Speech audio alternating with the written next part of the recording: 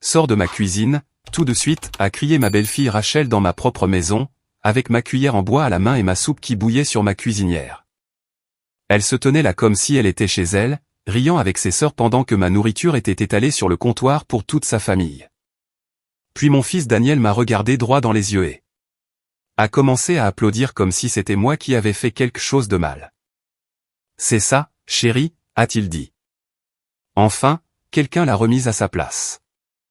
Mon cœur s'est serré. Si fort que j'ai cru que j'allais m'évanouir.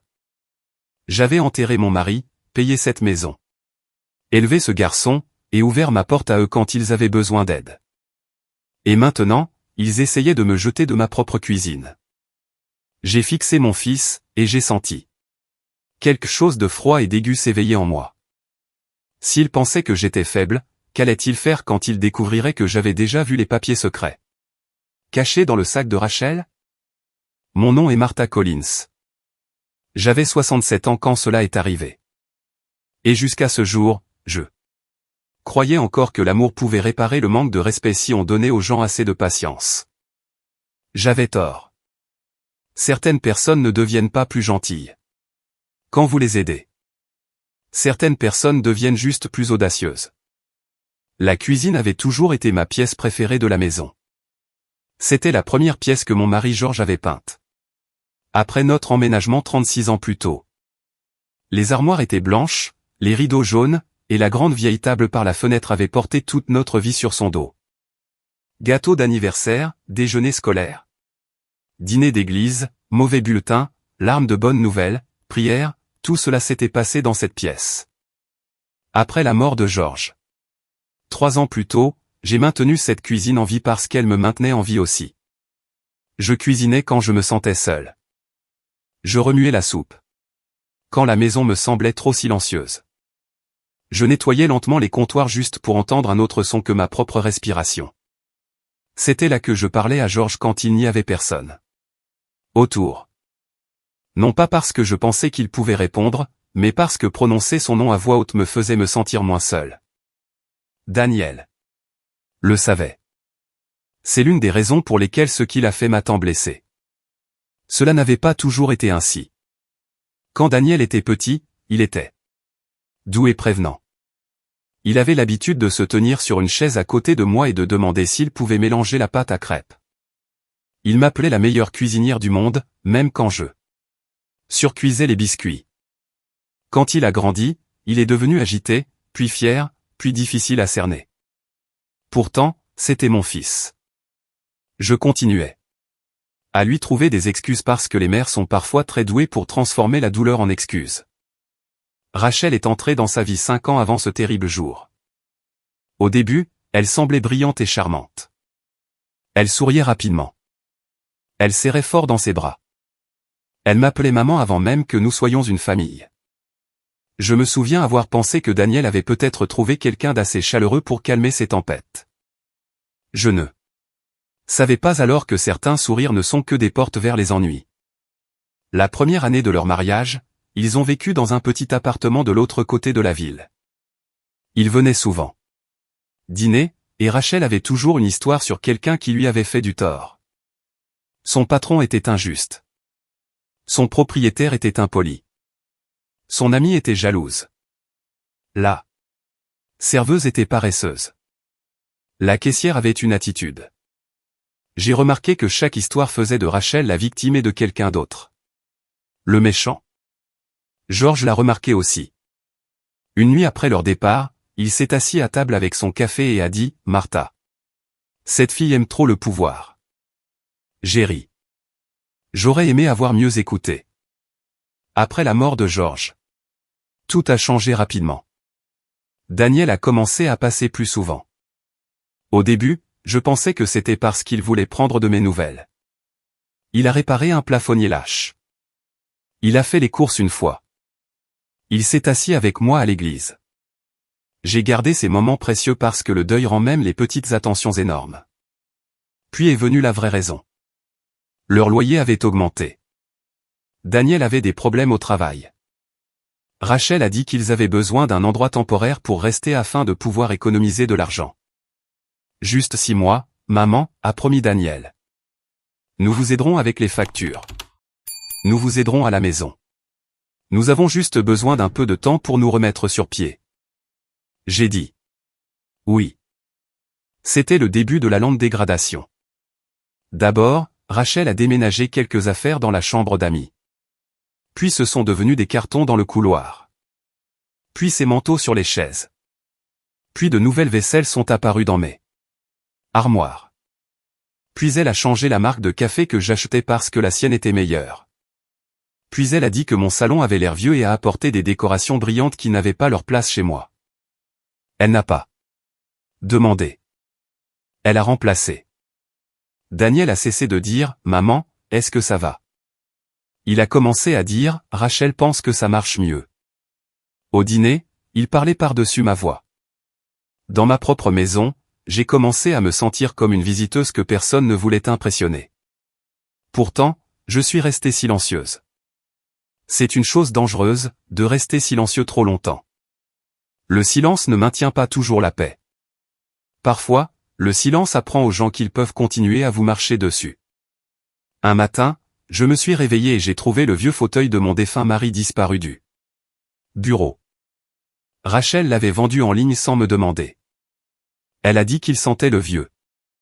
J'ai pleuré dans la salle de bain pour qu'il ne voie pas. Une autre semaine, j'ai ouvert une armoire et j'ai trouvé la vaisselle que Georges et moi avions achetée pour notre 10e anniversaire emballée dans du papier journal. Rachel a dit que c'était trop fragile et trop laid pour un usage quotidien. Elle l'avait remplacé par des assiettes carrées grises qui ressemblaient à des meubles de bureau. Daniel s'est contenté de hausser les épaules.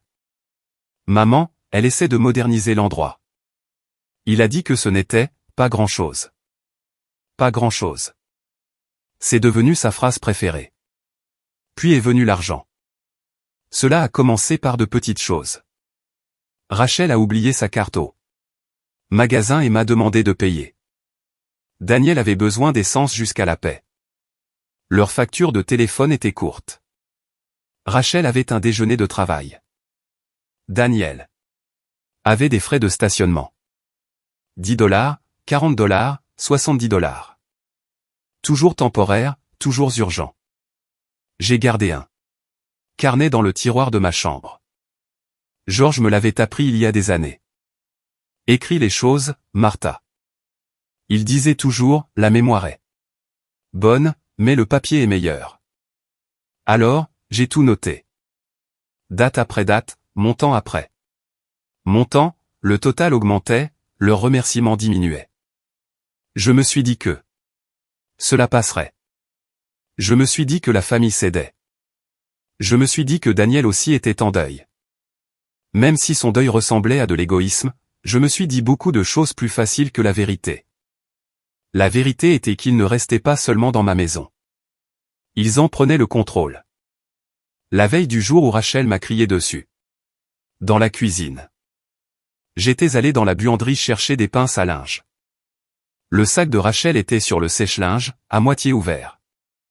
Je n'étais pas en train de fouiner, pas au début. Une enveloppe pliée dépassait et mon nom était écrit sur le devant, de l'écriture de Daniel. Cela m'a glacé le sang. Je l'ai ouverte. À l'intérieur se trouvaient des papiers d'un bureau immobilier. Mon numéro de maison était sur la première page. Le nom de Daniel aussi. Celui de Rachel aussi. Mes mains sont devenues faibles. Au début. Je ne pouvais pas comprendre ce que je voyais. Puis j'ai vu les mots projet de procuration et consultation de transfert de propriété. Je me suis assise là, sur la machine à laver. Procuration. Transfert de propriété. Mon fils et sa femme étaient allés rencontrer quelqu'un à propos de ma maison. À propos de ma maison. J'ai lu chaque page 2 fois. Certaines parties étaient des formulaires vierges. Certaines étaient des notes. Une ligne disait, Martha pourrait accepter si elle est persuadée que cela protège son avenir. Une autre ligne disait, discuter des problèmes de mémoire et de l'angle des soins de longue durée. Problème de mémoire. Je n'étais pas confuse. Je n'étais pas oublieuse. Je payais mes propres factures. Je conduisais moi-même à l'église. Je gérais chaque papier dans cette maison mieux que Daniel ne l'avait jamais fait. Il prévoyait de me faire paraître faible pour pouvoir prendre le contrôle. J'ai remis chaque feuille exactement comme je l'avais trouvée. Puis, je suis allé dans ma chambre, j'ai fermé la porte et je me suis assise sur le bord du lit jusqu'au coucher du soleil. Je n'ai pas beaucoup dormi cette nuit-là. J'entendais sans cesse la voix de Georges dans ma tête. Le papier est meilleur. Le lendemain matin, j'ai appelé ma vieille amie, Linda, de l'église. Sa nièce travaillait dans un cabinet d'avocats en ville. À midi, j'avais un rendez-vous pour le lendemain. Je n'ai rien dit à Daniel ni à Rachel.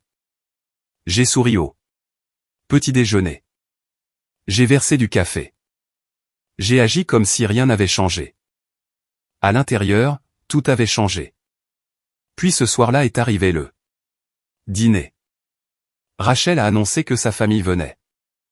Elle n'a pas demandé, elle a annoncé. Je lui ai dit que j'avais prévu de faire de la soupe au poulet et du pain de maïs pour moi-même parce que les jeudis étaient difficiles pour moi et ce repas me rappelait Georges. Elle a levé les yeux au ciel et a dit que sa famille préférait les pâtes, alors elle les avait déjà invités. Je lui ai dit calmement que c'était ma cuisine, ma nourriture et mon plan. C'est là que son visage a changé. C'est là qu'elle s'est rapprochée. A désigné la cuisinière et a crié les mots qui résonnent encore dans mes oreilles. Sors de ma cuisine, tout de suite. Ses sœurs. On rit. Sa mère se tenait dans l'embrasure de la porte comme si elle regardait un spectacle. Et puis Daniel a applaudi. Je l'ai regardé, vraiment. Les regarder, et quelque chose en moi a cessé de supplier l'ancienne version de mon fils de revenir. Le garçon que j'avais élevé avait disparu à ce moment-là. À sa place se tenait un homme qui pensait que mon chagrin m'avait rendue impuissante. Non, ai-je dit doucement. Rachel a cligné des yeux. Daniel a cessé d'applaudir. Non, ai-je dit de nouveau, plus fort cette fois. C'est ma cuisine. C'est ma maison. Et aucun de vous ne devrait se sentir trop à l'aise. Rachel a forcé un rire, mais je l'ai remarqué tout de suite. Le bref éclair dans ses yeux. La peur, juste pour une seconde. Elle savait. Peut-être pas tout, mais assez. Daniel s'est approché de moi et a baissé la voix. Maman, ne fais pas de scène devant la famille. J'ai failli lui rire au nez. Puis Rachel a saisi son sac à main de la chaise et je l'ai vu, le même coin d'enveloppe qui dépassait un peu. Elle avait apporté les papiers dans ma cuisine. Dans ma cuisine. C'est alors que la sonnette a retenti. Pas une sonnerie. 3 sonneries aiguës. Daniel a froncé les sourcils. Rachel est devenue pâle. Je me suis tourné vers le couloir d'entrée. Et avant que quiconque ne puisse bouger, j'ai entendu une voix ferme appeler à travers la porte moustiquaire. Madame Collins, c'est l'avocate Hélène Brox. Nous avons parlé cet après-midi. Je crois que vous m'avez demandé de passer avec l'agent. La pièce est devenue silencieuse, et quand j'ai regardé mon fils et ma belle-fille, j'ai su, à la terreur sur leur visage, qu'ils venaient de réaliser que je n'étais pas la femme qu'ils pensaient pouvoir enterrer dans sa propre maison. Si cette histoire vous captive déjà, prenez une seconde pour aimer, commenter. Et vous abonner pour ne pas manquer ce qui va se passer ensuite car ce que j'ai dit après avoir ouvert cette porte a tout changé. Daniel s'est jeté sur le sac à main de Rachel. Mais je suis arrivé la première.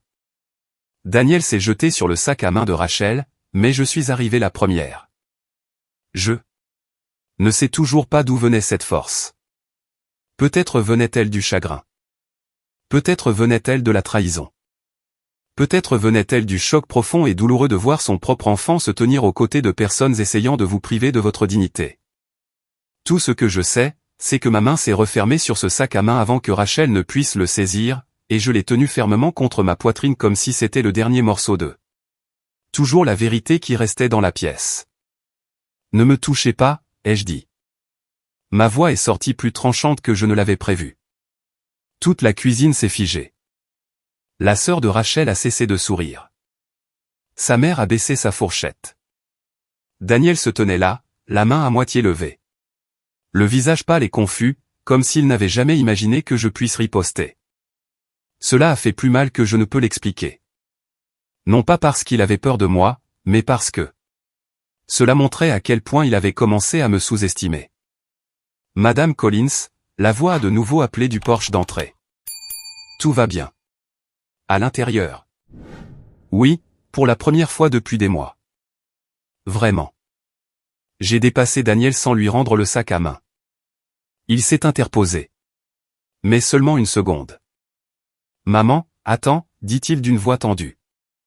Parlons d'abord. Nous avons fini de parler, ai-je dit. Puis je me suis dirigé vers la porte d'entrée et je l'ai ouverte. Sur mon porche se tenait l'avocate Hélène Brox, une femme calme dans une veste bleu marine avec des lunettes argentées et un dossier en cuir dans une main. À côté d'elle se tenait l'agent Raymond Cole, un homme costaud aux yeux bienveillants et au visage que je reconnaissais. Des événements de l'église et des réunions de quartier. Il n'était pas là pour arrêter quelqu'un. Il était là parce qu'Hélène avait dit qu'il pourrait être utile d'avoir un témoin et un uniforme présent si les choses devenaient tendues. J'étais reconnaissante qu'elle ait dit cela parce que tendu ne commençait même pas à décrire ce qui m'attendait derrière moi dans cette cuisine. Madame Collins, dit doucement Hélène, êtes-vous à l'aise avec notre venue? Oui, ai-je dit, veuillez entrer. Dès qu'ils sont entrés, toute la posture de Daniel a changé. Il s'est redressé, a lissé sa chemise. Et a essayé de sourire. Rachel a fait la même chose, mais elle n'a pas pu cacher la panique dans ses yeux. Sa famille a soudain semblé très intéressée par leurs assiettes. L'agent Cole m'a d'abord fait un signe de tête. Maman. Puis il a regardé autour de la pièce, observant les personnes supplémentaires, la cuisinière bouillante, le repas à moitié servi, et l'expression de mon visage. Il n'a pas dit grand-chose, mais je pouvais dire qu'il comprenait suffisamment. Hélène s'est tournée vers moi. Vous avez dit au téléphone qu'il pourrait y avoir des documents dans cette maison concernant votre propriété et une tentative de vous faire pression pour que vous cédiez le contrôle. Est-ce exact? Oui, ai-je dit. Rachel a laissé échapper un petit rire qui sonnait mince et faible. C'est ridicule. Non, ai-je dit, tenant toujours le sac à main. Ce qui est ridicule, c'est d'apporter des papiers de transfert de propriété chez moi en prétendant que vous préparez juste le dîner. Cela a frappé la pièce comme une assiette qui tombe. Daniel a regardé Rachel si vite que j'en ai presque eu le vertige. Qu'est-ce que tu lui as dit, a-t-il chuchoté. Rachel a rétorqué. Rien qu'elle n'ait déjà trouvé. Déjà trouvé. C'était ça. Pas de confusion, pas d'innocence confirmée. Hélène n'a pas perdu de temps. Madame Collins, si vous consentez, j'aimerais examiner tout document que vous avez découvert. Je lui ai tendu le sac à main. Rachel a fait un pas. En avant, vous ne pouvez pas fouiller mes affaires personnelles. Hélène l'a regardé avec des yeux calmes et fatigués. Si la propriétaire déclare que des papiers concernant sa maison étaient cachés dans ce sac, et si elle présente volontairement le sac pour examen chez elle, en présence d'un agent. Oui, nous pouvons examiner ce qui est pertinent. La bouche de Rachel s'est ouverte, puis s'est refermée. Daniel semblait piégé. Pendant une minuscule seconde, j'ai revu un garçon. Non pas le gentil garçon que je connaissais, mais un garçon effrayé, un garçon stupide, un garçon qui avait laissé la mauvaise personne le mener trop loin. Puis, ce regard a disparu et la fierté a rempli l'espace. Maman, a-t-il dit, tu exagères beaucoup. Tu exagères, ai-je répété. Tu veux dire comme essayer d'utiliser de fausses préoccupations concernant ma mémoire pour prendre le contrôle de ma maison. Ses yeux ont clignoté. Ce seul clignotement m'en a dit plus que n'importe quel discours. Hélène a ouvert le sac à main et a sorti l'enveloppe. Elle s'est tenue près de la table à manger et a lu en silence. Toute la pièce a attendu. Même la cuisinière semblait se calmer. J'ai éteint le brûleur sans la quitter des yeux. Finalement, Hélène a levé les yeux. Ce sont des notes préliminaires de consultation pour le transfert de propriété et la procuration, a-t-elle dit. Le nom de Madame Collins apparaît partout, ainsi que des références à la persuasion pour la faire signer. Il y a aussi un langage suggérant qu'elle pourrait être présentée comme mentalement vulnérable, que ce soit ou non médicalement prouvé. Rachel a croisé les bras. Ce ne sont que des notes. Personne n'a rien signé. Pas grâce à votre gentillesse, ai-je dit. Parce que je les ai trouvées en premier. La mère de Rachel s'est levée, l'air embarrassé et en colère à la fois. Rachel, qu'est-ce que c'est? Rachel s'est tournée vers elle immédiatement. Assieds-toi, maman. J'ai observé cela et j'ai senti un petit clic froid dans ma poitrine. Rachel ne parlait pas seulement mal avec moi. Cette acuité était en elle avec tout le monde. Elle utilisait les gens quand ils étaient utiles et les poussait quand ils ne l'étaient pas. L'officier Cole a parlé pour la première fois depuis son entrée. Peut-être que tous ceux qui n'habitent pas ici devraient sortir. Cela a fait bouger les sœurs de Rachel rapidement. Elles ont attrapé leur sac et se sont dirigées vers la porte d'entrée. La mère de Rachel a suivi, mais non sans me lancer un long regard troublé, comme si elle commençait à comprendre que ce dîner de famille n'avait pas été un dîner. Du tout. C'était une célébration de prise de contrôle qui était arrivée trop tôt. Quand les autres sont partis, la pièce a semblé plus petite. Juste. Moi, Daniel, Rachel, Hélène et l'officier Cole. Hélène a soigneusement placé les papiers sur la table. Madame Collins, voulez-vous que ces deux-là restent dans la maison ce soir? Cette question a retenti comme le tonnerre. Daniel m'a fixé. Le visage de Rachel s'est tendu. Maman, dit Daniel. Fais attention à ce que tu vas dire. C'était la mauvaise chose à dire. Pendant des mois, j'avais ravalé insulte après insulte pour éviter la douleur, le bruit et le drame. Mais il arrive un moment où la paix devient une trahison de soi-même. Il arrive un moment où le silence cesse d'être une gentillesse et commence à devenir une permission. J'ai regardé mon fils droit dans les yeux et j'ai répondu à Hélène. Non, je ne veux pas. Daniel a reculé comme si je l'avais giflé. Rachel a ri de nouveau, mais maintenant son rire était tremblant et sauvage. Vous ne pouvez pas nous mettre à la porte pour des papiers qui n'ont jamais été utilisés.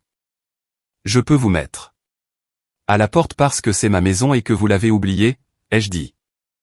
Je peux vous mettre à la porte parce que vous m'avez manqué de respect dans ma propre maison. Je peux vous mettre à la porte parce que vous prévoyez quelque chose de laid dans mon dos. Et je peux vous mettre à la porte parce qu'aujourd'hui vous m'avez crié dessus de sortir de ma propre cuisine. L'officier Cole a hoché la tête une fois. Si Madame Collins veut qu'ils partent, ils doivent coopérer paisiblement. Daniel est devenu rouge. Où allons-nous, maman? Tu sais que nous ne pouvons pas nous permettre un hôtel en ce moment. Cette phrase aurait pu m'attendrir autrefois. Elle ne m'attendrissait plus. Ce n'est pas mon fait, ai-je dit, vous auriez dû y penser avant d'essayer de voler ma maison en mangeant ma nourriture. Il a tressailli. Rachel l'a regardé avec une colère ouverte, le genre qui déborde quand un plan échoue et que quelqu'un a besoin de blâmer quelqu'un. Dis quelque chose, Daniel. Il l'a fait, mais pas pour me défendre. Maman, a-t-il dit, tu es cruel. Cruel? Ce mot m'a presque fait rire. Cruel, c'était de vendre la chaise de mon défunt mari parce qu'elle sentait le vieux.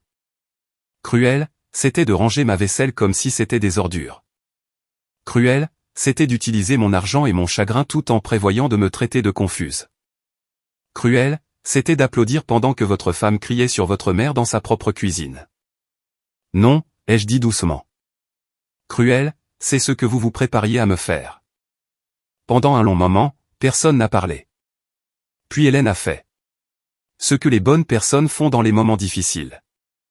Elle a rendu les choses pratiques. Madame Collins, dit-elle, demain matin, j'aimerais que vous veniez à mon bureau. Nous devons examiner votre titre de propriété, votre testament, toutes les directives médicales existantes, vos autorisations bancaires, et le statut de toute personne recevant du courrier ou revendiquant la résidence ici. Nous pouvons également discuter d'un avis formel pour qu'il quitte les lieux. Le visage de Rachel s'est tourné vers Daniel. Tu m'as dit que ce serait facile. Les mots étaient discrets, mais tout le monde les a entendus. Daniel semblait stupéfait. Rachel n'avait pas eu l'intention de dire cela à voix haute. Tu as dit que ta mère était trop effrayée pour se battre. Elle a continué, maintenant assez en colère pour oublier la pièce. Tu as dit qu'elle signerait tout ce que tu mettrais devant elle si tu rendais ça émotionnel. J'ai senti l'air quitter mes poumons. Daniel m'a regardé. l'horreur envahissant son visage car maintenant sa propre femme avait déchiré la vérité devant des étrangers. Il a commencé à parler vite. Maman, ce n'est pas ce que je voulais dire. Elle déforme la vérité. Mais Rachel n'avait pas fini. Une fois que certaines personnes commencent à dire la vérité avec colère, elles ne peuvent plus s'arrêter. Elle l'a appris de vous. Tout ce plan était votre idée après que votre travail ait réduit vos heures. Vous avez dit que si la maison était en partie à votre nom, nous pourrions refinancer. Payer les dettes, et peut-être vendre plus tard. Vous avez dit que votre mère ne saurait jamais ce qui se passait si nous gérions bien les papiers. Chaque mot frappait comme un marteau. Je ne pouvais même pas cligner des yeux. Daniel a tendu la main vers le bras de Rachel. Arrête de parler. Elle l'a repoussé. Non, c'est toi qui arrêtes d'agir comme si. C'était entièrement ma faute. C'est toi qui n'arrêtais pas de pleurer sur l'injustice de ta mère ayant une maison payée pendant que nous nous noyions dans les factures. C'est toi qui a dit qu'elle était assez seule pour signer n'importe quoi si nous agissions avec gentillesse pendant quelques semaines. Le visage de l'agent Cole est devenu dur. Hélène a discrètement pris des notes. Et moi? Je me suis tenu. Là, dans ma propre cuisine, ressentant toutes les années de ma vie en même temps. Mon fils ne m'avait pas seulement trahi. Il avait étudié mon chagrin comme une faiblesse. Un instant, j'ai cru que j'allais tomber, mais je ne suis pas tombé. J'ai posé une main sur la table et je suis resté debout. As-tu des dettes, Daniel, ai-je demandé. Il m'a regardé avec des yeux humides et n'a rien dit. Rachel a répondu pour lui. Oui, beaucoup. Carte de crédit, son camion, le bail de mon salon, prêt personnel, impôts en retard, tout. Hélène a levé les yeux. Combien? Rachel a laissé échapper un rire amer. Plus qu'il ne pourrait jamais réparer en vivant à mes crochets, ai-je pensé. Mais elle a ensuite répondu, environ 92 000. J'ai fermé les yeux. Maintenant, je comprenais pourquoi les petits emprunts n'avaient jamais cessé. Pourquoi la pression dans la maison n'avait cessé d'augmenter. Pourquoi Daniel avait toujours l'air tendu et Rachel toujours avide de plus. Ils avaient construit une vie sur la dépense. L'image et la panique, puis m'avaient regardé comme une porte de sortie. Cela ne les excusait pas. Cela ne faisait que les expliquer, ce qui blessait. D'une autre manière. J'ai ouvert les yeux et j'ai regardé mon fils. Pourquoi ne m'as-tu pas simplement dit la vérité? Son visage s'est froissé. Mais même alors, même à ce moment-là, il n'a pas répondu comme un homme. Il a répondu comme un enfant effrayé, se cachant derrière des excuses. Je ne pensais pas que vous comprendriez. C'était le plus triste des mensonges. J'aurais aidé avec la vérité, ai-je dit. Je me serais assise avec vous. Je vous aurais aidé à trouver un plan. J'aurais réduit mes propres dépenses si cela signifiait vous maintenir à flot un certain temps. Mais vous n'avez pas demandé d'aide. Vous avez essayé de me tromper. Des larmes ont rempli ses yeux, de vrai cette fois. Mais elles ne m'ont pas ému comme elles l'auraient fait autrefois. Les larmes ne sont pas toujours une preuve de bonté. Parfois, elles ne sont que la preuve qu'un mauvais plan a échoué. Rachel a croisé les bras et a détourné le regard. À ce moment-là, j'ai su autre chose aussi. Quel que soit l'amour qui avait pu exister entre elle et Daniel, il était complètement brisé. Il n'avait pas construit un mariage sur l'honnêteté. Il l'avait construit sur le blâme. La pression et les raccourcis.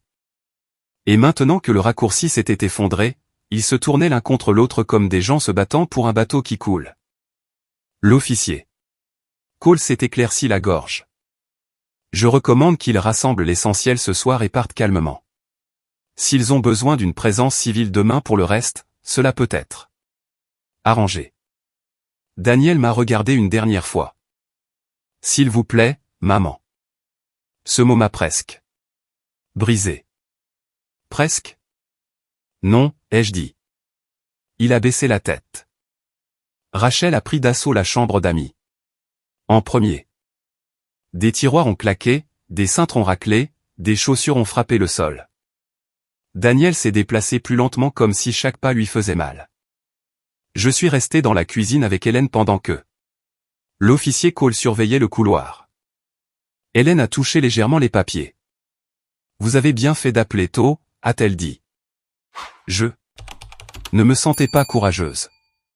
Je me sentais vieille et fatiguée et le cœur brisé, mais il y avait une étrange force en dessous aussi, comme si une porte fermée en moi s'était enfin ouverte.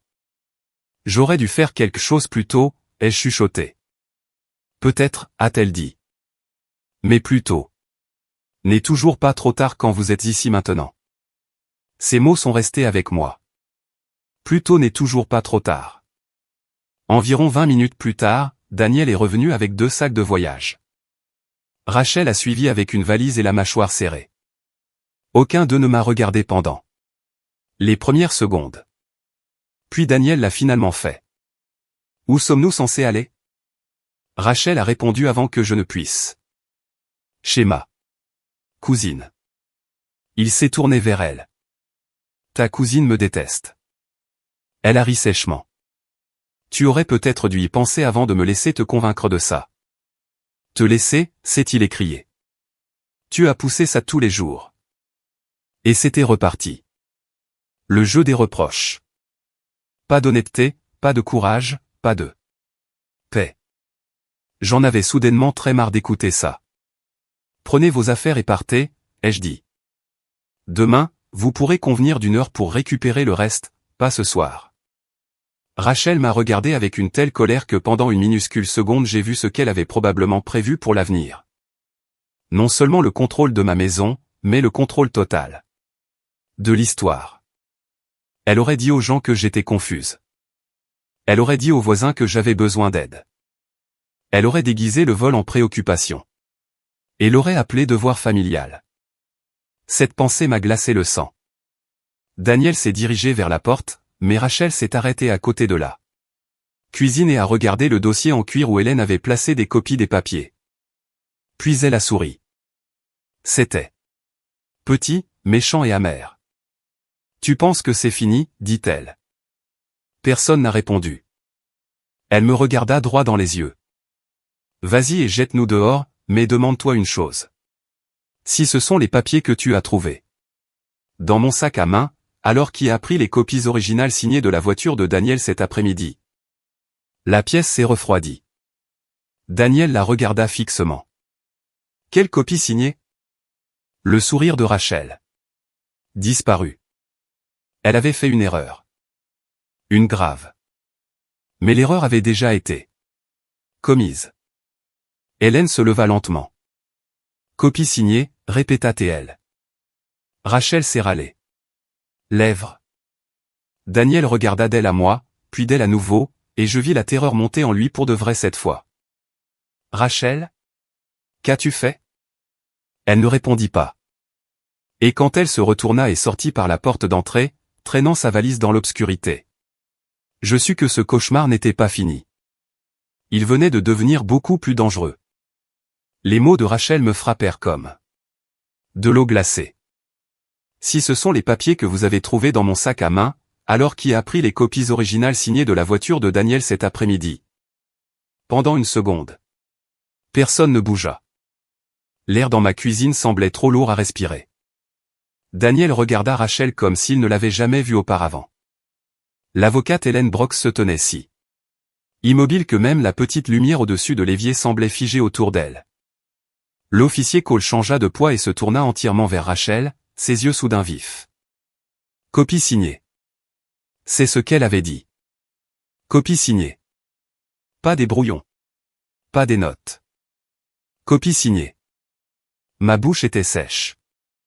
J'entendais mon propre cœur battre dans mes oreilles. Daniel fit un pas l'envers. Elle. Quelle copie signée, Rachel? Sa voix semblait faible, comme si elle avait déjà deviné la réponse et ne voulait pas entendre la prononcer à voix haute. Rachel ne lui répondit pas. Elle se contenta de fixer le sol un instant, puis la porte d'entrée. Comme si elle essayait de décider si le silence ou la fuite la sauverait. Il était trop tard pour les deux. Hélène prit la parole. En premier. Madame Parker, si vous avez connaissance d'un document portant la signature de Madame Collins, vous devez le dire tout de suite. Rachel leva le menton. Ça n'a pas d'importance. Ça a beaucoup d'importance, dit Hélène. Daniel laissa tomber son sac de voyage. Le bruit me fit sursauter. Rachel, dit-il de nouveau, plus fort cette fois. Quelle copie signée? Elle se tourna vers lui, et il y avait quelque chose de laid sur son visage maintenant. Quelque chose de fatigué, de désespéré et d'en colère à la fois. Celle de mardi dernier. Claqua-t-elle. La réunion à laquelle tu étais trop effrayé pour assister en personne. Daniel est devenu blanc. Je les ai fixés tous les deux. Tentant de comprendre les mots. Mardi dernier. C'était le jour où Daniel m'avait emmené déjeuner après le travail du comité d'église. Il avait été si gentil ce jour-là, trop gentil. Il m'avait conduite à un petit café près de la banque parce qu'il disait que j'avais besoin de sortir plus de la maison. Je me suis souvenu avoir ri doucement quand il avait insisté pour m'ouvrir la porte de la voiture. Je me suis souvenu avoir pensé que mon fils était peut-être en train de revenir vers moi. Puis après le déjeuner, il avait dit qu'il devait s'arrêter dans une imprimerie pour récupérer des formulaires pour le travail. Des formulaires. Nous étions entrés. Une jeune femme derrière le comptoir avait souri et avait placé quelques pages sur un presse-papier. Daniel avait désigné une ligne et avait dit « Peux-tu signer ici pour que je puisse récupérer la commande avec ta carte de réduction de récompense? Ils ont besoin de noms correspondants car j'ai utilisé ton compte pour payer les prospectus de l'église par erreur. » Je l'avais à peine regardé. Je lui avais fait confiance. La pièce a commencé à tourner autour de moi. « Oh non !» ai-je chuchoté. Les yeux d'Hélène ont immédiatement trouvé les miens. « Madame Collins, avez-vous signé quelque chose en public récemment sans le lire attentivement ?» J'ai hoché la tête lentement. Daniel s'est couvert la bouche d'une main. Rachel a laissé échapper un petit rire amer. « Voilà. Je vous avais dit qu'elle avait signé. »« Tu as dit que c'était juste des papiers de récupération. » a crié Daniel. Rachel a rétorqué. « Parce que c'est ce que tu m'as dit qu'elle croirait. » L'officier Cole s'est avancé. « Assez. Personne ne part. » Mes genoux se sont affaiblis et j'ai agrippé le dossier d'une chaise. J'avais cru avoir découvert leur plan. Attends. J'avais cru que les papiers dans le sac de Rachel étaient le danger, mais le vrai danger s'était produit des jours plus tôt. Caché dans un après-midi normal et un petit mensonge de mon propre fils. J'ai regardé Daniel. M'as-tu trompé pour que je signe quelque chose? Ses yeux se sont de nouveau remplis de larmes, mais cette fois il n'y avait plus de place en moi pour la douceur. Il n'a pas répondu tout de suite, et ce silence était une réponse suffisante. M'as-tu trompé? Daniel? Il s'est effondré alors, oui, a-t-il chuchoté. Ce seul mot m'a déchiré plus fort que n'importe quel cri. J'ai fermé les yeux. Une seconde parce que je ne pouvais pas supporter son visage. Quand je les ai rouverts, Hélène était déjà passée à l'action. Madame Collins, je dois vous demander de vous asseoir tout de suite. Je me suis assise. Elle a sorti son téléphone puis son bloc-notes légal. L'officier Cole s'est rapproché de la table. Racontez-moi tout de cette journée, a dit Hélène. Chaque arrêt, chaque papier, chaque personne, chaque mot dont vous vous souvenez. Alors je lui ai raconté.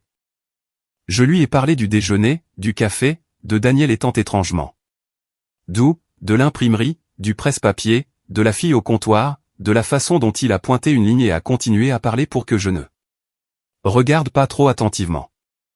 Je lui ai raconté ce qu'il a dit à propos des prospectus de l'église. Je lui ai raconté que j'avais signé mon nom sans lire correctement la page parce que je faisais confiance à mon fils. Quand j'ai eu fini, Hélène a eu l'air sombre. Si une signature a été obtenue par tromperie, cela compte. Si le document a été notarié incorrectement ou déguisé, cela compte aussi. S'il y a des copies signées quelque part, nous devons les trouver avant que quiconque ne dépose quoi que ce soit contre le registre des propriétés. Mon estomac s'est tordu. Contre le registre des propriétés. Les mots semblaient énormes et terribles.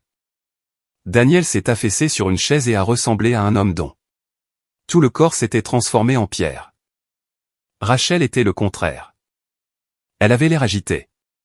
Presque sauvage, comme une personne essayant de penser plus vite que la pièce autour d'elle. Où sont les copies, lui a demandé Hélène. Rachel a croisé les bras. Je ne sais pas. C'était un mensonge. Tout le monde pouvait l'entendre. L'officier Cole a sorti un petit carnet. Si vous refusez de répondre à des questions dans une affaire civile, c'est votre choix. Mais si une fraude est impliquée, le silence ne vous aidera pas plus tard. La mâchoire de Rachel s'est tendue. Daniel l'a regardée avec une panique ouverte. Tu as dit que tu les avais laissés dans la voiture. Je l'ai fait. Alors comment quelqu'un a pu les prendre cet après-midi? Rachel ne répondit pas. Et puis je me suis souvenu de quelque chose. À environ 16 heures cet après-midi-là, avant que le chaos du dîner ne commence. J'avais vu Rachel dehors par la fenêtre avant. Elle était près du camion de Daniel, son téléphone pressé contre l'oreille. À l'époque, je n'y avais rien pensé. Mais maintenant je me souvenais de plus. Elle n'avait pas l'air normale. Elle avait l'air nerveuse. Elle n'avait cessé de regarder vers la rue, puis vers le camion, puis vers la maison, et il y avait eu une autre voiture. Une voiture rouge foncé garée 2 maisons plus loin pendant moins de 5 minutes. Je me suis redressé. Il y avait quelqu'un dehors plus tôt, ai-je dit. Tout le monde s'est tourné vers moi. Une voiture, ai-je dit, garée plus loin. Dans la rue. Rachel était près du camion de Daniel, parlant au téléphone. Les yeux de Rachel ont brillé. Cela ne prouve rien. Peut-être pas, dit Hélène, mais cela nous donne un point de départ. Daniel avait l'air d'être malade. Qui rencontrais-tu? Rachel? Personne. Il a frappé la table si fort que j'ai sursauté. Arrête de mentir. C'était la première fois depuis des mois que j'entendais une véritable force dans sa voix. Non pas contre moi, non pas en soutien de Rachel. Mais contre le désordre qu'il avait contribué à créer. Pourtant, cela ne faisait pas de lui un héros. Cela ne faisait que le rendre en retard. Rachel a fait un pas en arrière par rapport à lui. Ne me crie pas dessus comme si c'était entièrement ma faute. Ce n'est pas entièrement ta faute, a-t-il crié. Mais tu en voulais. Toujours plus. Tu n'arrêtais pas de pousser. Parce que tu n'avais jamais assez, a-t-elle crié en retour. Pas assez d'argent, pas assez de cran. Pas assez de bon sens pour arranger ta propre vie sans t'appuyer sur ta mère. La vérité sortait des gens en morceaux. Cette nuit-là. Hélène a levé une main. Arrêtez tous les deux. La pièce est redevenue silencieuse. Puis elle s'est tournée vers moi. Madame Collins, y a-t-il eu quelqu'un d'autre dans cette maison récemment qui pourrait être au courant de vos papiers financiers? Documents de propriété ou dossiers personnels? J'ai réfléchi attentivement. Quelques femmes de l'église avaient rendu visite. Ma voisine June apportait parfois des tartes, mais aucune d'elles n'aurait touché mes papiers. Puis un autre visage m'est venu à l'esprit. Kyle Mercer. Ma poitrine s'est serrée. Kyle était un vieil ami de Daniel depuis le lycée. Il portait des costumes élégants, conduisait des voitures brillantes et souriait trop souvent. Je l'avais vu 2 fois le mois dernier, les 2 fois en parlant à voix basse avec Daniel dans l'allée. Une fois que je suis sorti, il a immédiatement cessé de sourire. La deuxième fois, Rachel avait rapidement changé de sujet et avait dit qu'il discutait juste de conseils de refinancement. Je n'avais pas aimé le regard dans ses yeux. Il y a quelqu'un, ai-je dit lentement. Daniel a gémi avant même que je ne prononce le nom. Kyle, marmonna-t-il. Hélène a levé les yeux. Nom complet. Kyle Mercer, ai-je dit. L'officier Cole l'a noté. Rachel a levé les yeux au ciel, mais pas de manière insouciante. De manière sournoise. Hélène l'a remarqué aussi. Monsieur Mercer travaille-t-il dans l'immobilier, les prêts ou le traitement des titres? Rachel n'a rien dit. Daniel a répondu à la place, sa voix basse et honteuse. Il connaît des gens. Il rénove des maisons pour les revendre. Parfois, il met les gens en contact avec des prêteurs privés. Hélène est restée très immobile. Et Kyle était-il au courant de ces documents? Daniel regardait le sol. Oui. Tout mon corps est redevenu froid. C'est ce dont Rachel avait eu peur. Pas moi. Pas Daniel, mais Kyle. Elle n'avait pas craint que les papiers soient découverts par accident. Elle avait craint parce que quelqu'un d'autre les avait maintenant. Quelqu'un lié à des transactions immobilières. Quelqu'un qui connaissait mon adresse. Quelqu'un qui pourrait déjà agir plus vite que nous. Hélène a fermé son dossier avec soin. Nous devons partir du principe du pire. Si des copies signées existent et qu'elles sont entre les mains d'un tiers, il peut y avoir une tentative de dépôt de garantie ou d'utilisation rapide avant que nous ne puissions l'empêcher. Je vais passer des appels ce soir. Ce soir, ai-je répété. Oui, dit-elle. Nous n'avons plus le temps d'attendre demain matin. Daniel leva les yeux rapidement. Peuvent-ils vraiment faire quelque chose aussi vite? Si les documents sont mauvais, nous pouvons les contester, dit Hélène. Mais de mauvais documents peuvent tout de même causer de réels dommages avant d'être arrêtés. J'ai pressé une main contre ma poitrine, tout cela parce que j'avais fait confiance à mon fils dans une imprimerie. La tristesse de cela était si profonde que je pouvais à peine la supporter. Puis quelque chose d'autre est monté en moi aussi. La colère. Pas une colère bruyante, pas une colère sauvage, mais une colère tranquille, celle qui éclaircit la vision. J'ai regardé Daniel droit dans les yeux. Appelle Kyle. Il me regarda fixement. Appelle-le maintenant. Rachel secoua immédiatement la tête. Il ne répondra pas. Alors nous le saurons, ai-je dit. Daniel a sorti son téléphone d'une main tremblante et a appelé. La pièce a écouté chaque sonnerie. Une sonnerie, 2, 3, 4. Messagerie vocale. Il a rappelé. Directement sur la messagerie vocale. Rachel a détourné le regard. Hélène dit de lui envoyer un SMS. De rester simple. De dire que tu avais besoin des papiers ce soir. Daniel a tapé d'une main tremblante. J'ai regardé son visage pendant qu'il attendait. Rien. Puis, après presque une minute entière, son téléphone a vibré. Il a lu le message et la couleur a déserté son visage. Qu'est-ce qu'il dit? A demandé Hélène. Daniel a dégluti difficilement. Il dit que l'affaire a avancé. Trop tard pour paniquer maintenant. La pièce est devenue silencieuse. Puis un deuxième message est arrivé avant que quiconque ne puisse respirer. Tu aurais dû garder ta mère calme jusqu'à demain. J'ai senti le sol disparaître sous mes pieds. Demain. Quoique Kyle ait prévu, ce n'était pas dans quelques semaines. Ce n'était pas une menace lointaine. C'était demain. Si cette histoire tient votre souffle, mettez en pause ici et aimez, commentez et abonnez-vous pour ne pas manquer ce qui va suivre. Car au lever du soleil, j'ai été forcé de faire face à une vérité. Enfermée encore plus douloureuse que la trahison. Hélène a tendu la main vers son téléphone. Mais avant qu'elle ne puisse composer le numéro, on a frappé fort à ma porte d'entrée. Pas le coup doux d'un voisin, pas le coup régulier d'une aide. Mais un coup ferme et officiel. L'officier Cole a bougé le premier, et quand il a regardé à travers la vitre, son visage a changé. Madame Collins, a-t-il dit doucement. Il y a 2 men on your Porsche. One is holding a folder and the other is carrying a caméra. Il y a des moments dans la vie où la peur n'arrive pas lentement. Elle s'écrase dans la pièce d'un coup. Quand l'officier Cole a dit qu'il y avait 2 hommes sur mon Porsche, l'un avec un dossier et l'autre avec un appareil photo, tout mon corps est devenu froid. L'avocate Hélène Brox s'est levée si vite que sa chaise a raclé le sol. Daniel avait l'air de vouloir arrêter de respirer. Rachel, qui était en colère une seconde plus tôt, a soudain semblé vraiment effrayée. Un appareil photo, un dossier. La nuit, rien. Que cela ne semblait normal.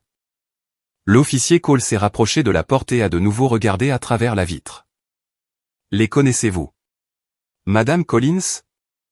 Je me suis levé lentement et me suis approché un peu, mais pas trop. Mes mains tremblaient. À travers la vitre étroite à côté de la porte, je pouvais voir 2 hommes debout sous la lumière du Porsche. L'un était grand et mince avec une coupe de cheveux nette et un manteau gris. Elle. Autre était plus petit et plus corpulent, tenant un petit sac d'appareil photo. Je n'avais jamais vu aucun d'eux auparavant. Non, ai-je dit. La voix d'Hélène est devenue calme et ferme, de la manière d'avocate qu'elle avait. N'ouvrez pas la porte tout de suite. L'officier Cole l'a ouverte. De quelques centimètres seulement, tout en gardant son corps entre eux et la maison. Puis-je vous aider? L'homme plus grand a souri, mais il n'y avait aucune chaleur dans son sourire. Nous sommes ici concernant une affaire immobilière pour madame Martha Collins. Il nous a été dit qu'elle nous attendrait. Non, dit Hélène derrière l'officier Cole. Elle ne vous attendait pas.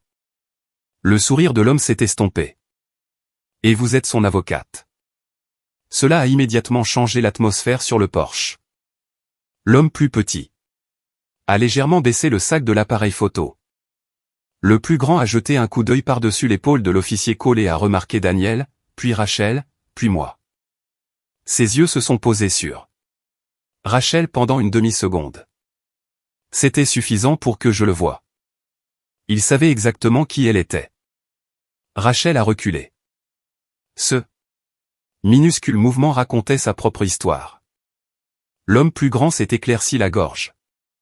Nous sommes seulement ici pour documenter l'état de la maison et livrer un avis préliminaire. Rien de plus.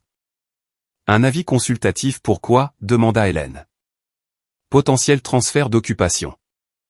J'ai eu des nausées. Transfert d'occupation. C'était leur façon polie et froide de dire qu'ils pensaient que quelqu'un d'autre allait bientôt contrôler ma maison. Hélène n'a pas laissé le moment respirer. Sur quelle base légale?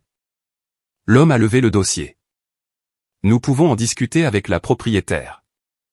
Vous pouvez en discuter avec moi, dit Hélène. Et vous? Pouvez d'abord donner vos noms. L'homme plus grand a hésité, puis a dit, Warren Pike. Voici Joël Banton. Représentez-vous monsieur Kyle Mercer, demanda Hélène. Cela l'a frappé. Pas assez fort pour le faire mentir, mais assez fort pour le faire cligner des yeux. Je ne crois pas avoir dit cela, répondit-il. Non, dit Hélène, mais votre visage l'a fait. L'officier Cole a ouvert la porte un peu plus largement, juste assez pour que son badge et son uniforme soient évidents à la lumière du porche.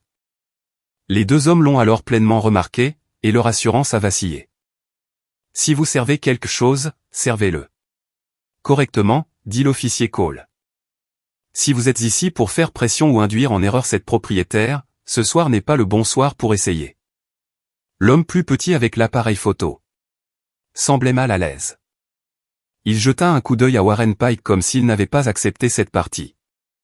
Warren essaya un autre sourire suave. Pas de pression, officier. Nous ne faisons que recueillir des informations.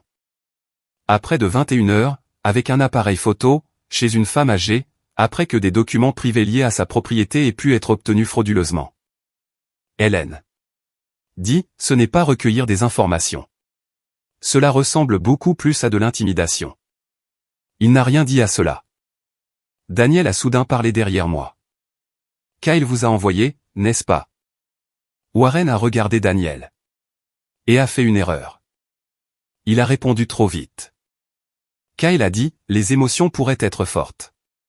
Rachel a fermé les yeux. C'était suffisant. Hélène s'est rapprochée de la porte. Merci. C'est tout ce dont nous avions besoin. Vous partez maintenant. Tout contact ultérieur concernant cette propriété passe par mon bureau, et si votre client tente de déposer ou de faire valoir une fraude basée sur des signatures trompeuses, nous réagirons en conséquence. L'expression lisse de Warren s'est fissurée sur les bords. Vous faites des suppositions. Hélène a croisé les bras. Et vous êtes sur un Porsche. Vous n'auriez pas dû venir ce soir.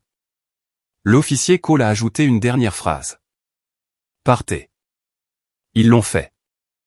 Pas en courant, mais pas non plus fièrement. L'homme plus petit n'a jamais sorti l'appareil photo. Warren a glissé le dossier sous son bras et a descendu les marches du Porsche avec l'air d'un homme qui s'attendait à une visite facile et qui avait trouvé une porte verrouillée à la place. Leur voiture a démarré. En quelques secondes. Je n'avais pas réalisé à quel point j'avais serré le dossier d'une chaise jusqu'à ce que mes doigts commencent à me faire mal.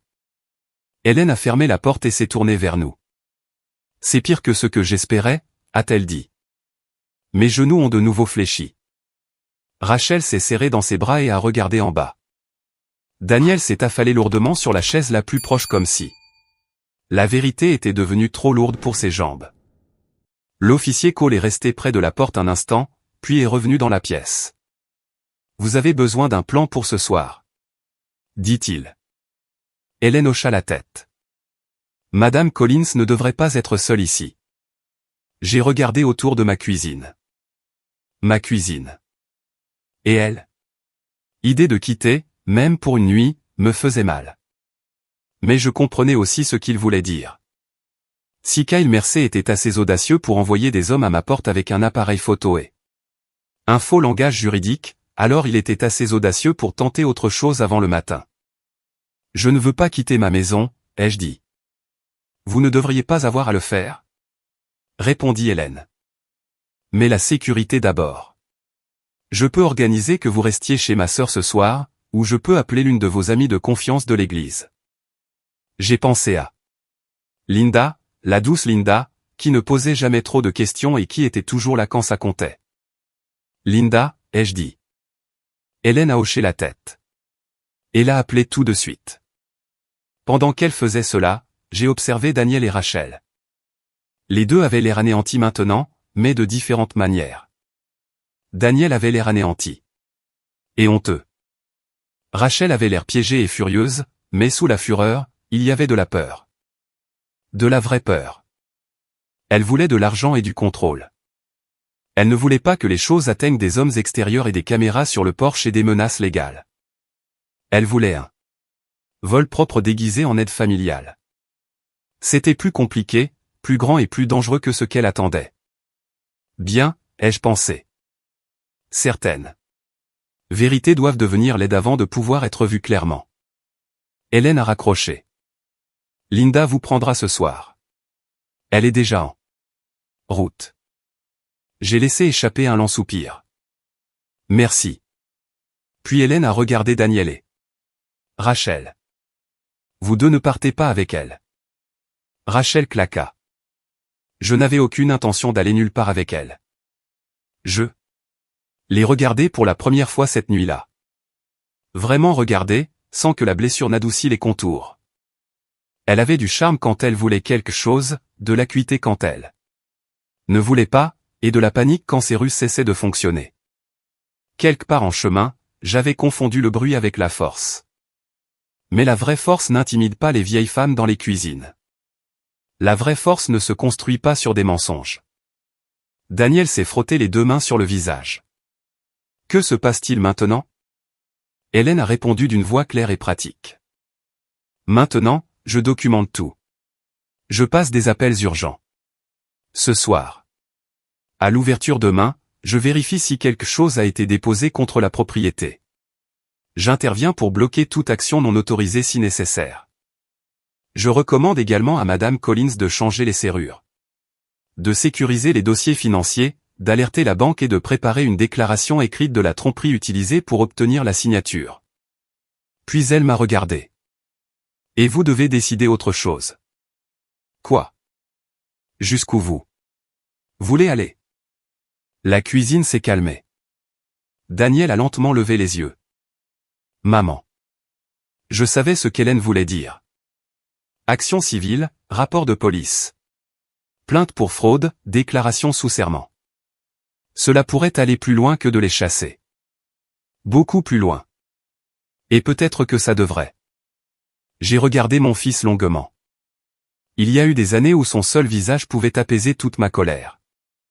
Ce soir, ce n'était pas le cas. Ce soir, j'ai vu clairement ce qu'il avait fait.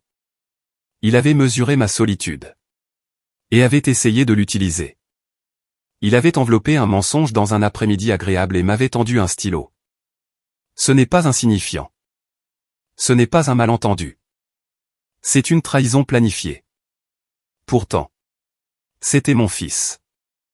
Et c'était le pire. Je ne sais pas encore, ai-je dit honnêtement. Rachel a eu un rire sec et aigu. Cela signifie qu'elle ne le fera pas. Elle est trop douce.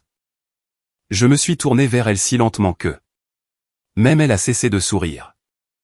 Ne confondez pas la miséricorde avec la faiblesse, ai-je dit. Son sourire a disparu. Daniel chuchota. Rachel, arrête. Mais elle était trop bouleversée maintenant pour s'arrêter. Certaines personnes deviennent imprudentes quand elles ont peur. Qu'est-ce que vous voulez que je dise, claqua-t-elle. Que je suis désolé. D'accord. Je suis désolé que les choses soient allées si loin.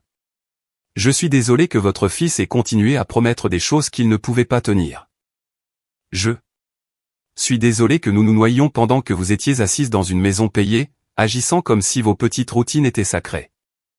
La pièce est redevenue silencieuse.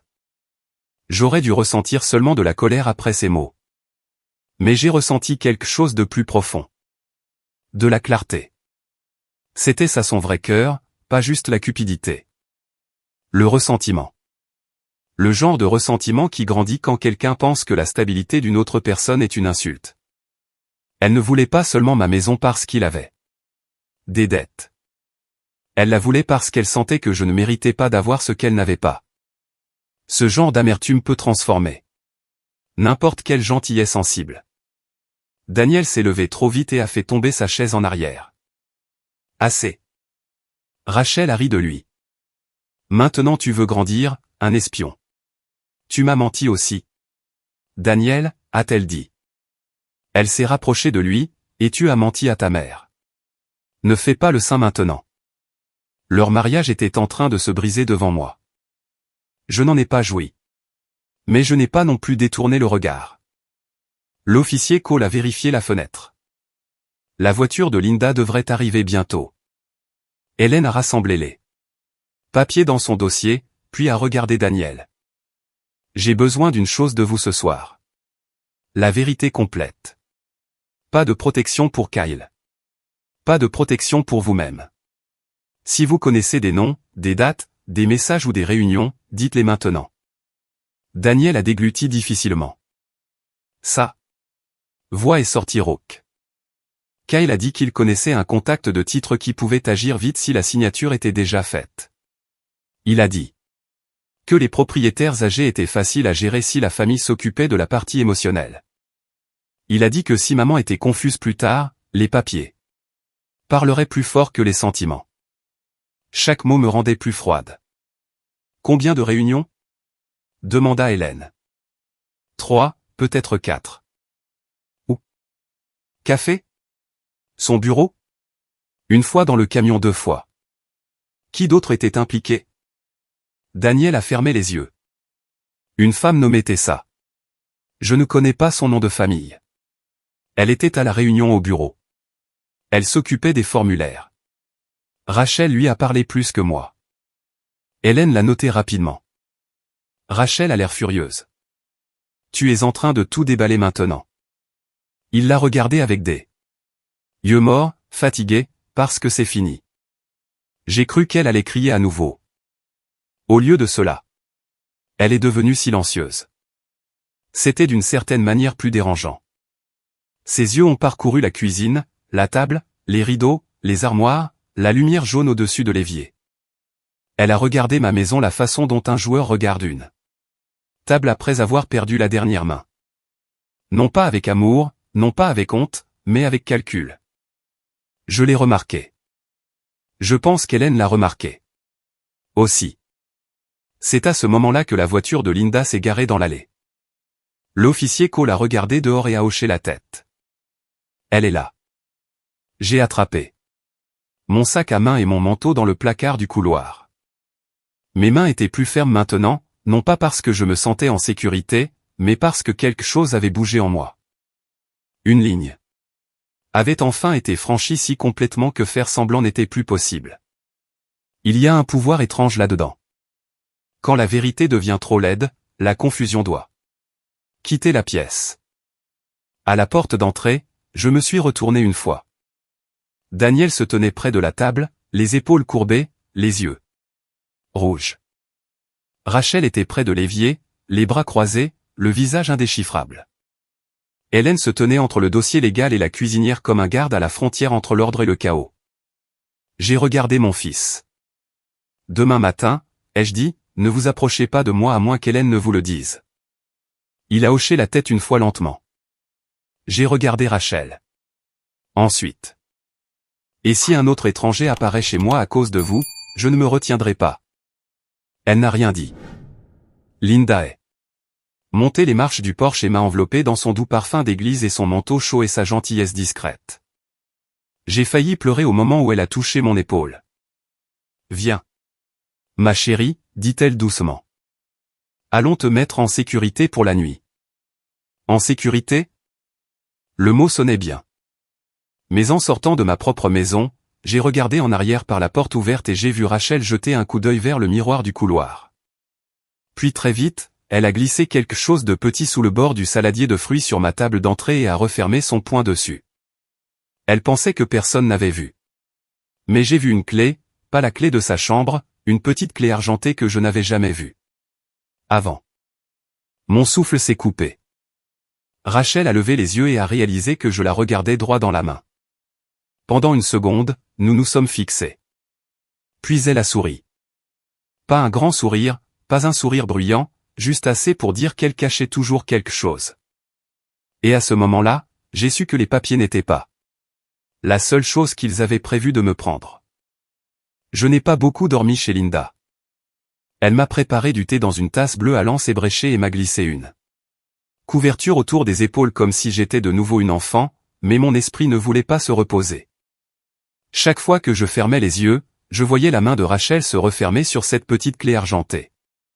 Chaque fois que je les ouvrais, j'entendais la voix de Daniel de l'imprimerie. Dans ma tête, calme et facile, me demandant de signer quelque chose parce qu'il savait que je lui faisais confiance. C'était la partie la plus difficile. Pas les papiers, pas les étrangers sur mon porche. Pas même le plan de prendre ma maison. La partie la plus difficile était de savoir que mon propre fils avait étudié mon amour et l'avait utilisé contre moi. Linda s'est assise à côté de moi sur le canapé jusqu'après minuit. Elle ne m'a pas poussé à parler. Elle est restée juste à côté, ce qui était exactement ce dont j'avais besoin. Au bout d'un moment, elle a dit quelque chose de simple qui s'est ancré profondément en moi. Martha, quand les gens nous trahissent, nous passons trop de temps à nous demander pourquoi nous n'étions pas assez. Mais leur mauvais choix ne mesure pas notre valeur. Ils mesurent leur caractère. J'ai hoché la tête, mais les larmes sont tout de même venues. À 5 heures du matin, j'avais cessé de faire semblant que je dormirais. Je me suis redressé, me suis lavé le visage, j'ai attaché mes cheveux et j'ai enfilé l'un des vieux cardigans de George. Linda m'a conduite au bureau d'Hélène dès que le ciel est devenu gris. Hélène était déjà là. Elle avait du café sur son bureau. Des papiers étalés en piles soignées, et un regard dans ses yeux qui me disait qu'elle n'avait pas perdu la nuit. Nous avons du travail à faire, dit-elle. Ces mots m'ont donné de la force. Elle a appelé le bureau des registres du comté dès son ouverture. Je me suis assise sur la chaise en face de son bureau, tenant mon sac à main à deux mains pendant qu'elle posait des questions claires, prudentes. Avait-il été soumis un transfert de titre ou un dépôt contre ma propriété? Avait-il été présenté un registre de procuration? Avait-il été enregistré un avis lié à mon adresse? J'ai observé son visage pendant qu'elle écoutait. Puis elle a raccroché et m'a regardé. Rien n'a été officiellement enregistré. Pour la première fois depuis des heures, je pouvais respirer. Mais avant que le soulagement ne s'installe, elle leva un doigt. Cela ne signifie pas qu'il n'essayait pas. Cela signifie que nous les avons devancés. Devancés. Pas en sécurité pour toujours. Mais devancés. Puis elle expliqua ce que la petite clé argentée pouvait signifier. Certaines personnes conservaient des coffres-forts dans des centres de documents privés. Certaines utilisaient de petits tiroirs de rangement dans des magasins d'expédition ou des centres d'affaires. Certaines utilisaient des dossiers portables verrouillables ou des coffres-forts non liés à des banques. La clé que Rachel a prise sous mon saladier de fruits pourrait être liée à des originaux cachés. Des formulaires supplémentaires ou d'autres documents qu'il ne voulait pas dans la maison. Je me suis redressé. Vous pensez qu'elle a caché quelque chose dans ma maison? Je pense qu'elle a caché un accès à quelque chose, dit Hélène. Et si elle y a caché la clé, elle s'attendait à revenir la chercher. C'est alors que la colère est revenue, chaude et pure. Elle m'avait souri en quittant ma maison et pensait toujours avoir un dernier avantage secret. Plus maintenant. Hélène avait déjà organisé un rendez-vous avec un serrurier chez moi. Elle avait également prévu que l'officier Cole soit de nouveau présent. À 8h30 ce matin-là, nous nous sommes arrêtés ensemble dans mon allée. Ma maison semblait normale de l'extérieur. Soleil du matin sur les fenêtres, parterre de fleurs soignées, rue calme. Si un étranger était passé, il aurait vu une maison ordinaire. Mais la trahison ne se voit pas sur les murs. Elle se cache dans les tiroirs et les mots et les signatures et les plans secrets. L'officier Cole était déjà là. Le serrurier aussi, un homme tranquille dans une veste beige. Hélène a rapidement passé en revue le plan. Nous irions pièce par pièce. Nous sécuriserions la maison. Nous chercherions tout ce qui était caché, copié ou laissé derrière. Daniel et Rachel n'étaient pas autorisés à entrer à moins d'être appelés. J'ai franchi ma porte d'entrée avec la poitrine serrée et les yeux ouverts. La maison sentait les pâtes cuites de la nuit dernière et ma propre soupe en dessous. Cela m'a presque brisé. Ma maison avait contenu deux mondes différents à la fois. Mon amour et leur manque de respect, mes souvenirs et leur schéma. Je suis allé directement à la table d'entrée où j'avais vu Rachel prendre la clé. Hélène a examiné le saladier de fruits et la petite nappe en dentelle en dessous. Il y avait un morceau de ruban adhésif sous le bord de la table, en partie déchiré. Rachel avait caché la clé là. Hélène a hoché la tête lentement. Elle s'attendait à de l'intimité dans votre maison parce qu'elle a cessé de la considérer comme la vôtre. Cette phrase est restée avec moi. Nous avons fouillé la chambre d'amis en premier. Elle était à moitié vide maintenant. Les vêtements partis, les tiroirs ouverts, les cintres laissés de travers. Rachel avait fait ses bagages rapidement, trop rapidement. Sous le matelas, l'officier Cole a trouvé une fine enveloppe avec 3 cartes de visite à l'intérieur. L'une disait « Mercer Property Solutions ». L'autre disait « Tessalail, service documentaire ». La troisième n'avait pas de nom, seulement un numéro et les mots « coursier après les heures ». Hélène a glissé les 3 dans une pochette en plastique. Puis nous avons fouillé la cuisine. Dans une armoire derrière ma boîte de thé, nous avons trouvé des copies de mes factures d'électricité et 2 vieilles enveloppes bancaires. Dans le tiroir à côté de la cuisinière, mélangées à des élastiques et des menus, nous avons trouvé des notes écrites par Rachel. Demandez des informations sur la mémoire, docteur. Utilisez l'angle de la préoccupation de l'Église. Dire que nous craignons qu'elle soit isolée. Localisation de l'acte original nécessaire. J'ai lu ces mots et j'ai eu froid de la tête aux pieds. Il planifiait une histoire autour de moi. Une fausse histoire. Une cruelle. Non pas parce que j'échouais, mais parce qu'il voulait une clé de ma vie. Le serrurier a changé toutes les serrures pendant que nous continuions à chercher. Dans le bureau, à l'intérieur d'un panier décoratif que Rachel avait insisté pour placer près de la fenêtre, nous avons trouvé un dossier contenant des copies de mes déclarations fiscales et une liste manuscrite de mes dépenses mensuelles. Daniel et Rachel n'essayaient pas seulement de prendre ma maison. Ils étudiaient toute ma vie comme des voleurs planifiant un cambriolage. Mais la plus grande découverte est venue juste avant midi. L'officier Cole vérifiait le placard du couloir quand il a frappé le panneau mural près du sol et a entendu un son creux. C'était la petite porte d'accès que George avait construite il y a des années pour un câblage supplémentaire quand il avait refait la lumière du couloir. Je l'avais oublié parce que nous ne l'avions pas utilisé depuis des lustres. Le panneau s'est ouvert. À l'intérieur se trouvait une mince boîte métallique noire. Mon souffle s'est coupé. Hélène l'a posée sur la table à manger avec précaution. Est-elle verrouillée, demanda-t-elle. Oui, ai-je dit. Peut-être cette clé. Elle a tendu la main dans une enveloppe de preuve et a montré la petite clé argentée que Rachel avait prise du saladier de fruits, et que l'officier Cole avait discrètement ramassée sur le paillasson près de la porte après qu'elle l'ait laissé tomber dans sa panique en partant. Je ne l'avais même pas remarqué faire. Les bons hommes remarquent ce que les femmes effrayées ne peuvent pas. La clé correspondait. Hélène a ouvert la boîte. À l'intérieur se trouvaient 5 choses, une clé USB, 2 copies signées. De la fausse procuration, un formulaire de transfert de propriété non signé, une photocopie de mon permis de conduire et une petite note pliée de l'écriture de Rachel. Je pensais être préparé à tout à ce moment-là. Je ne l'étais pas. Hélène a déplié la note et l'a lue en silence d'abord, son visage a changé. « Qu'est-ce que c'est ?» ai-je demandé. Elle me l'a tendu. Je l'ai lu 2 fois avant que les mots ne s'imprègnent. Si Daniel se retire, j'aurai peut-être besoin d'un levier.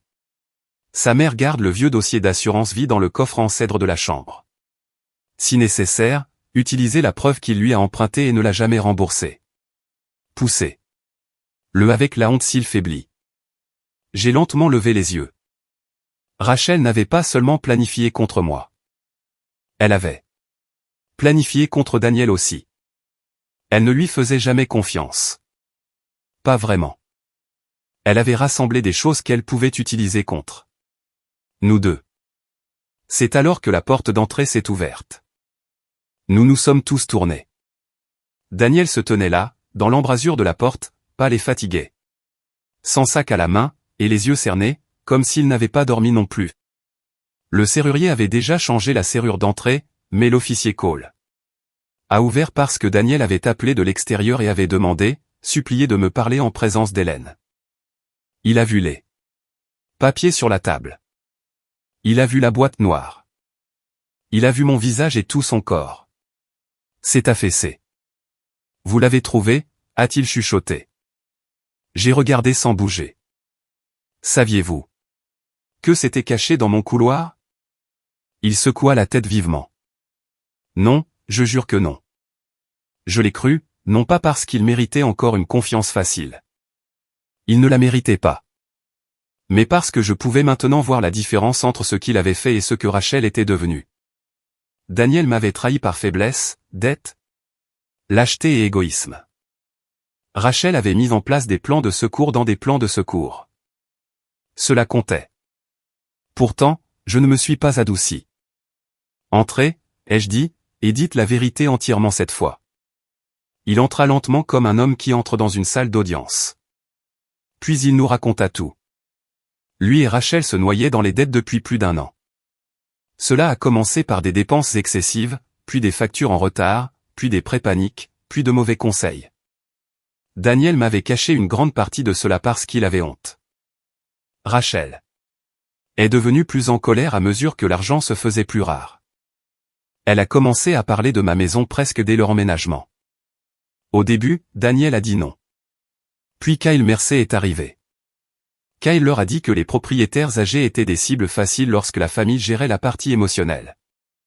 Il a dit qu'il n'avait besoin que d'une signature propre et d'une histoire. De préoccupation, de confusion et de futurs soins. Daniel a pleuré en disant cela mais il a continué à parler. Il a admis le déjeuner. Il a admis le stratagème de l'imprimerie. Il a admis les réunions. Il a admis avoir dit à Rachel que j'étais trop douce pour me battre.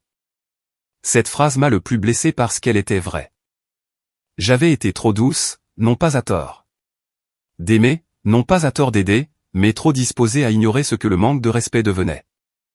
Puis Daniel nous a raconté la partie qu'il avait cachée même à Rachel. Il avait essayé de se retirer la veille du dîner. Après m'avoir vu pleurer sur la chaise de George, et après avoir entendu Rachel se moquer de la façon dont je parlais à George dans la cuisine quand je pensais que personne n'écoutait, quelque chose en lui a craqué. Il a dit à Kyle qu'il voulait arrêter. Kyle a dit que arrêter n'était plus simple. Des papiers avaient été copiés. De l'argent avait changé de main. Tessa s'attendait à être payée. Rachel est devenue furieuse et a dit que s'il gâchait cette chance, il perdrait tout. Alors Daniel n'avait rien fait et ne rien faire avait laissé le mal continuer à avancer. Plus que tout, c'était la leçon de ma vie à ce moment-là. Le silence n'est pas neutre quand le mal grandit. Le silence le nourrit. Hélène a écouté tout cela puis a posé les 2 mains sur la table. Voici ce qui va se passer ensuite. Elle s'est montrée directe. Les faux papiers seraient conservés comme preuve. Une plainte écrite pour fraude serait préparée. Le bureau des registres du comté serait alerté. Ma banque et mes contacts de services clés seraient mis à jour. Kyle Mersey et Tessa Lyle recevraient une notification légale formelle. Daniel fournirait une déclaration signée et des copies de tous les messages. Rachel serait interdite de propriété et contactée par un avocat. Et je réécrirais mes protections successorales immédiatement afin qu'aucune telle ruse ne puisse plus jamais se produire. Daniel a fermé les yeux quand elle a dit « Plainte pour fraude. »« Maman, s'il te plaît » a-t-il chuchoté. Je savais ce qu'il demandait. Miséricorde. Protection, une issue. Pendant longtemps, je n'ai rien dit. Puis je me suis dirigé vers la fenêtre au-dessus de l'évier, l'endroit même où je me tenais autrefois pour parler doucement à George. Soleil touchait les rideaux jaunes. La vieille table de cuisine derrière moi portait encore des marques des devoirs de Daniel il y a des années, de minuscules bosses de crayons et de projets scientifiques et de colle renversés.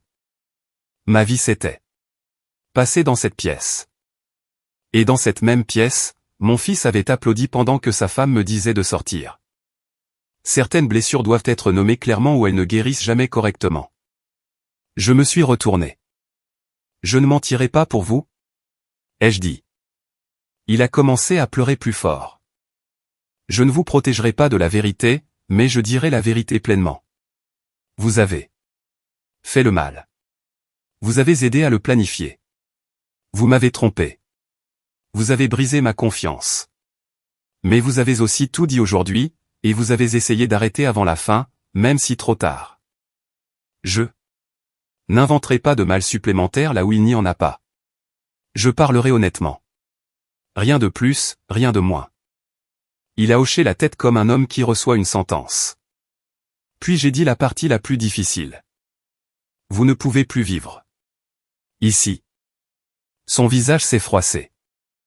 Je sais, dit-il. Je l'ai cru. Il a demandé s'il pouvait dire une chose avant de partir. Hélène m'a regardé. J'ai hoché la tête. Une fois.